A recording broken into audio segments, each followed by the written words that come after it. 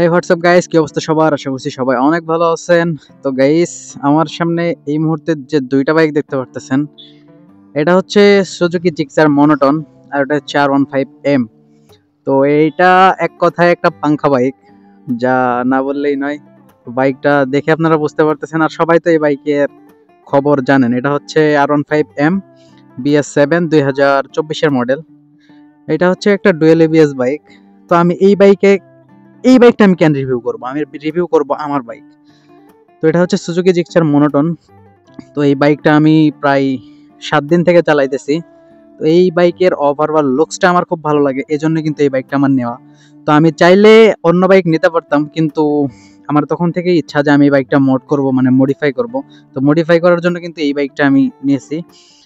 তো এখন আমি আপনাদের বলি, মানে নতুন বাইকটা নেওয়ার পর আমি আমার বাইকে কি কি ইনস্টল করছি।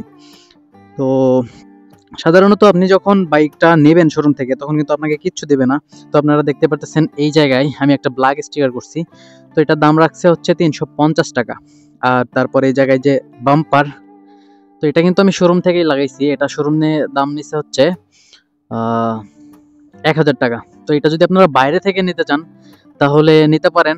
বাইরে মানে শোরুমের বাইরে যে কোনো দোকান থেকে এটা নিলে তখন আপনার দাম পড়বে হচ্ছে 800 থেকে 900 টাকা। তখন আপনারা কিছুটা ডিসকাউন্টের মধ্যে পেয়ে যাবেন। আর এই জায়গায় দেখতে পাচ্ছেন ইঞ্জিন কিট। তো এটা হচ্ছে 4 ইঞ্জিন কিট। এই ইঞ্জিন কিটটা আমি লাগাইছি, এটা আমি কিনছি হচ্ছে 1200 টাকা, সরি 1100 টাকা দিয়ে। আর লাগানো নিচ্ছে হচ্ছে 200 টাকা। তো বুঝতেই পারতেছেন এটার মোট খরচ পড়ছে হচ্ছে 1300 টাকা। তো গাইস, তারপর আমি যেটা ইনস্টল করছি আমার বাইকে সেটা হচ্ছে এই সাইলেন্সার কাভার।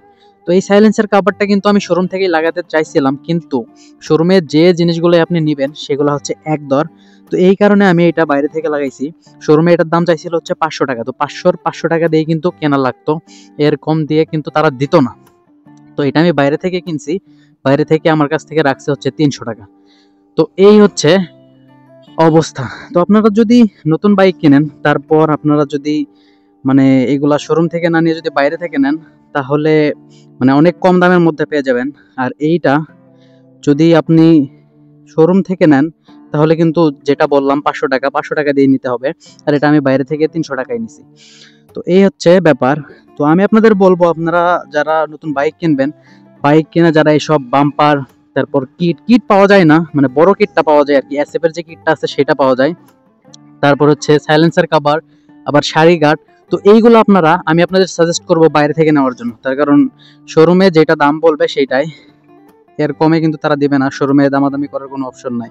তো এই কারণে আপনারা যখন নিবেন তখন আমি বলবো আপনারা বাইরে থেকে নেবেন। তো গাইস, এই হচ্ছে আমার বাইকের overall looks and design. Oh sorry guys, আরেকটা জিনিস কাটাই ফেলছি, সেটা হচ্ছে এই বালিশ, পিলিয়ন সিটের মাঝখানে যে বালিশটা থাকে। তো এই বালিশটা আমার কাছ থেকে দাম নিচ্ছে হচ্ছে 220 টাকা। তো এই ছিল আজকের ভিডিও ভালো লাগলে অবশ্যই ভিডিওতে লাইক করবেন এবং কমেন্টের মাধ্যমে জানাবেন বাইকের কি বিষয়ে আপনারা ভিডিও চান। তো আজকের ভিডিও পর্যন্তই। সবাই ভালো থাকবেন, সুস্থ থাকবেন। আল্লাহ হাফেজ।